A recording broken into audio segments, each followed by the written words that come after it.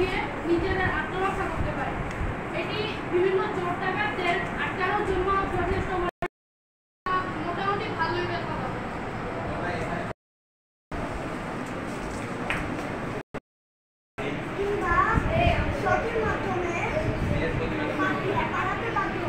এই জিনিসটি একটি মানুষকে